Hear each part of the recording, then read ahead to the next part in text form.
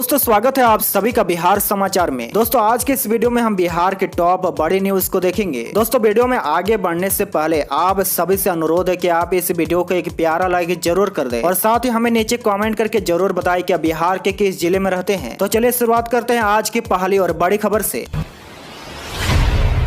चलिए पहली खबर, कोरोना की तरह होगा बच्चों का वैक्सीनेशन। कोविन की तरह यू-विन पोर्टल पर होगा रजिस्ट्रेशन। घर बैठे मिल जाएगा टीकाकरण का सर्टिफिकेट। जी हाँ, देखिए बच्चों का टीकाकरण भी अब कोरोना की तरह नए प्लेटफॉर्म पर होगा। कोविन की तरह यू-विन पोर्टल पर पहले रजिस्ट्रेशन होगा, फिर वैक्सीनेशन किया जाएगा। भारत सरकार कोरोना के वैक्सीनेशन के लिए तैयार किए गए कोविन पोर्टल की तर्ज पर यू-विन पोर्टल लॉन्च करने जा रही है। वहीं देखिए ट्रायल के लिए पायलट प्रोजेक्ट के तहत देश के 65 जिलों में बहुत जल्द ही इसकी शुरुआत हो जाएगी। इसमें बिहार के 2 जिले पटना और सुपौल को शामिल किया गया है। नए प्लेटफॉर्म पर टीकाकरण से इम्यूनाइजेशन का पूरा डाटा ऑनलाइन हो जाएगा। इसके साथ ही आम लोगों को घर बैठे सेशन साइट से लेकर प्रमाण पत्र की पूरी जानकारी मिल जाएगी। देश के 65 पायलट जिलों के लिए भारत सरकार 13 जनवरी 2023 को यू-विन प्लेटफॉर्म के पायलट का सॉफ्टवेयर लॉन्च करने जा रही है।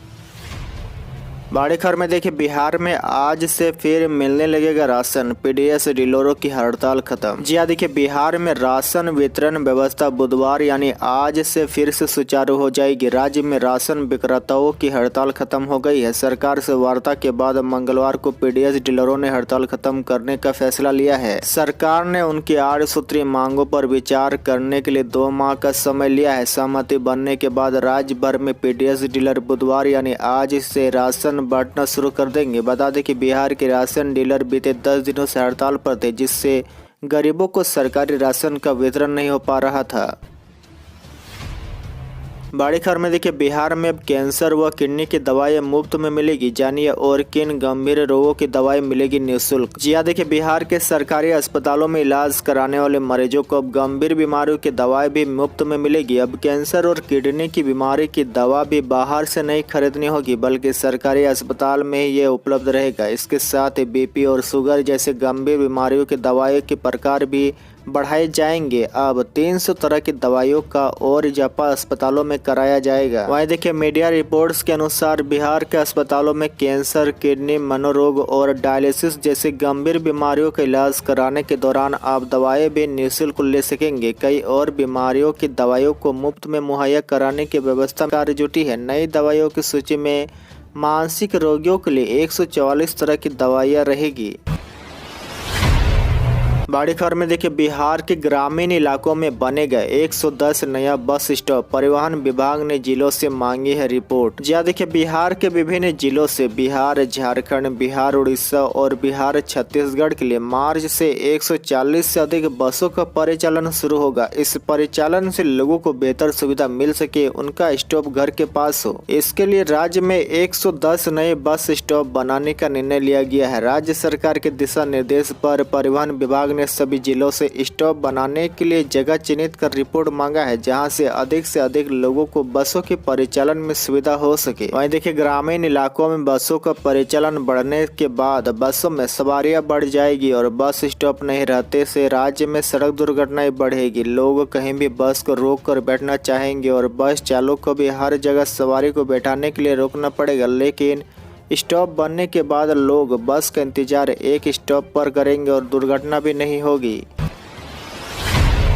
बड़ी खबर में देखिए बिहार में बायोमेट्रिक से बनेगी मनरेगा में काम करने वालों की हाजिरी। मजदूरों को सही काम का हो सकेगा भुगतान। क्या देखिए अब मनरेगा में काम करने वाले मजदूरों की हाजिरी के नाम पर अब फर्जीवाड़ा नहीं होगा। सभी मजदूरों को उनके कार्यस्थल पर ही बायोमेट्रिक पद्धति से हाजिरी दर्ज कराई जाएगी। इसके लिए मनरेगा सॉफ्टवेयर एप्लीकेशन मोबाइल का प्रयोग किया जाएगा। National mobile monitoring system NMS के उपयोग से न केवल फर्जी हाजिरी लगाकर पैसे निकाल पर रोक लग सकेगी, बल्कि काम के घंटे का भी सही आकलन हो सकेगा। इससे सही मजदूरों को उनके सही काम के घंटे का भुगतान हो सकेगा। साथ ही भ्रष्ट तरीके से मनरेगा में चल रही फर्जीवाड़े से सरकारी राशि के दुरुपयोग पर भी रोक लग सकेगी। वहीं देखिए मनरेगा मजदूरों की हाजिरी बायोमेट्रिक अटेंडेंस टैबलेट और मोबाइल के माध्यम से ली जाएगी। मोबाइल ऐप को ऑनलाइन किए जाने के बाद work load, master roll number, तिथिवार उपस्थिति, जॉब कार्ड का नाम, उनका कार्ड नंबर सहित सभी महत्वपूर्ण जानकारी का कॉलम दिखने लगेगा। सॉफ्टवेयर पूर्व में दर्ज फिंगरप्रिंट से सत्यापन स्वयं कर लेगा।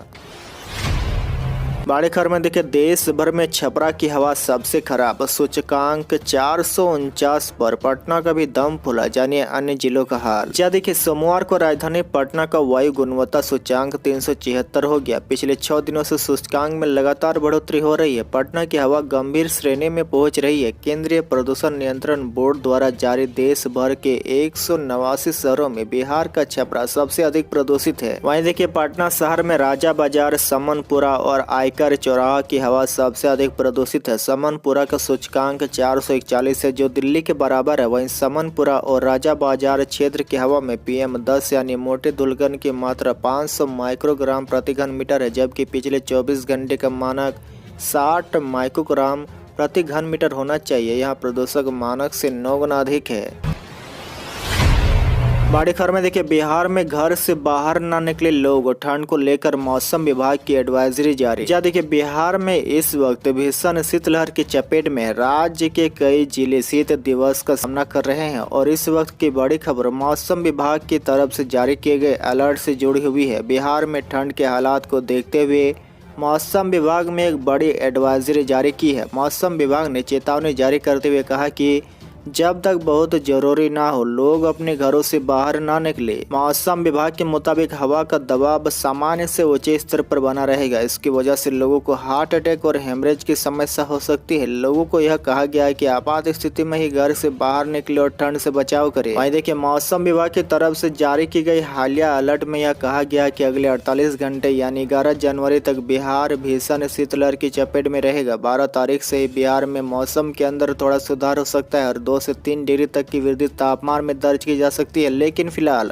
अगले 2 दिनों तक बिहार के ज्यादातर जिले शीत दिवस की चपेट में रहेंगे।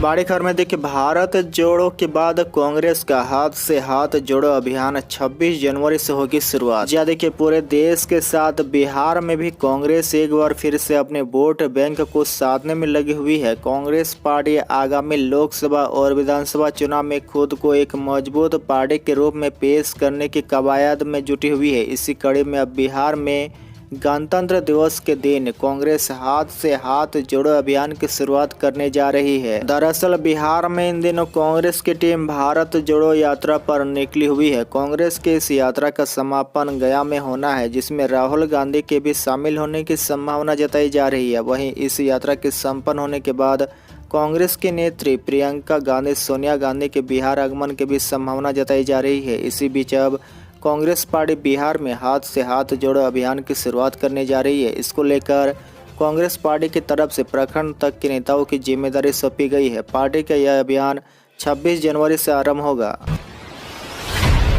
बड़ी खबर में देखिए CBSE ने बदला 12 के मैथ क्वेश्चन पेपर का पैटर्न, MCQ सवालों की संख्या बढ़ी। या देखिए CBSE 12वीं परीक्षा में बड़ा बदलाव किया गया है। अब छात्र छात्राओं को अपने मैथ के लिए क्वेश्चन पेपर में बड़ा बदलाव देखने को मिलेगा। CBSE द्वारा लिए गए इस फैसले से छात्र को काफी राहत भी मिलेगी, क्योंकि अब उनके पास सवालों का जवाब देने के लिए बहुत विकल्प होंगे। दरअसल CBSE ने 12वीं के एग्जाम में पूछे जाने वाले मैथ के क्वेश्चन पैटर्न में बदलाव किया है। अब छात्र छात्राओं को मैथ्स में लघु, दीर्घ और केस स्टडी के 9 क्वेश्चन देखने को मिलेंगे। इससे अगर कोई सवाल छात्र को नहीं आता है तो वह विकल्प वाले दूसरे सवाल को उत्तर दे सकते हैं। लघु उत्तरीय में 5 और दीर्घ उत्तरीय में 2 सवाल का विकल्प होगा। इसके अलावा केस स्टडी वाले 3 प्रश्नों में से 2 में विकल्प मिलेगा।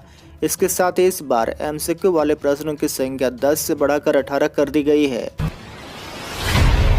बड़ी खबर में देखे नीतीश कैबिनेट का विस्तार खरमास के बाद संभव, कांग्रेस ने बढ़ाई टेंशन। ज्यादा के बिहार में नीतीश कैबिनेट का विस्तार खरमास के बाद होने की संभावना जताई जा रही है। इसी बीच कांग्रेस ने महागठबंधन सरकार में टेंशन पैदा कर दी है। दरअसल मौजूदा कैबिनेट में कांग्रेस कोटे से 2 मंत्री ही है। विधायकों की संख्या के आधार पर नए प्रदेश अध्यक्ष अखिलेश प्रसाद सिंह ने कांग्रेस कोटे से 2 और सदस्यों को मंत्रिपरिषद में जगह देने की मांग कर दी है। ऐसे में मुख्यमंत्री नीतीश कुमार पर दबाव बढ़ गया है। बड़ी खबर में देखिए ललन सिंह बोले नीतीश में प्रधानमंत्री बनने के सभी गुण, एकजुट विपक्ष करेगा फैसला। जी देखिए बिहार में सरकार बदलने के बाद से ही इस बात की चर्चा होने लगी। देखिए मुख्यमंत्री नीतीश कुमार विपक्ष के प्रधानमंत्री पद के उम्मीदवार हो सकते हैं। कई मौकों पर जेडीयू के नेता इस बात को कहते रहे हैं कि जनता चाहेगी तो नीतीश कुमार देश के प्रधानमंत्री बनेंगे। इसी बीच कांग्रेस लीडर कमलनाथ ने दावा किया कि राहुल गांधी विपक्ष के प्रधानमंत्री पद के चेहरा होंगे। कमलनाथ के इस बयान के बाद अब जेडीयू ने भी यू टर्न ले लिया है। जेडीयू के राष्ट्रीय अध्यक्ष ललन सिंह ने कहा कि नीतीश कुमार में पीएम बनने के सभी गुण मौजूद है, लेकिन वे प्रधानमंत्री पद के उम्मीदवार नहीं है। ललन सिंह ने कहा कि सभी दल मिलकर बैठकर यह तय करेंगे कि प्रधानमंत्री पद का उम्मीदवार कौन होगा।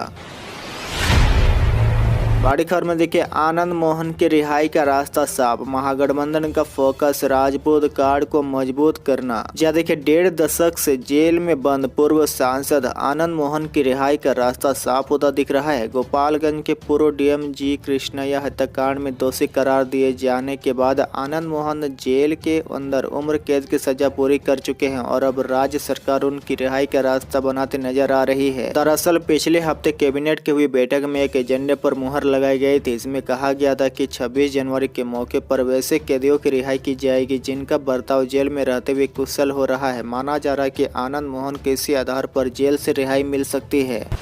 हाल ही खबर में देखिए बिहार में 20 जनवरी तक मौसम विभाग का बड़ा अलर्ट, घने कोहरे से कराएगा बिहार। जी हाँ देखिए बिहार में 20 जनवरी तक कोल्ड डे रहने की संभावना है। अगले 2 से 3 दिनों में तापमान में काफी गिरावट का पूर्वानुमान है, जिससे राज्य के अधिकांश भागों में शीतलहर, बदली या पाला जैसी स्थिति पैदा हो सकती है। इस दौरान न्यूनतम तापमान 4 से 6 डिग्री तक गिर सकता है। शीतलहर शीत दिवस की स्थिति 20 जनवरी तक बनी रहेगी। पत्तेदार फसलों को पाला मार सकता है। आलू, गोभी, टमाटर आदि पौधों को पाला का सबसे अधिक खतरा है। वहीं देखिए मौसम विभाग के अनुसार विशेषकर राज्य के मध्य तथा दक्षिणी भागों में हवा चलने के कारण ठंड ज्यादा महसूस होगा। ठंड आर्कटिक उत्तर पश्चिम जेट स्ट्रीम के कारण बिहार में शीतलहर है। जेट स्ट्रीम उत्तर भारत से होकर गुजर रहा है। यह मौसम मनुष्य और पशु ही नहीं फसलों पर भी अपना प्रभाव छोड़ रहा है। हवा में मॉइस्चर सबसे निचले स्तर पर रहने से लोगों के होंठ फटने की संभावना बढ़ गई है।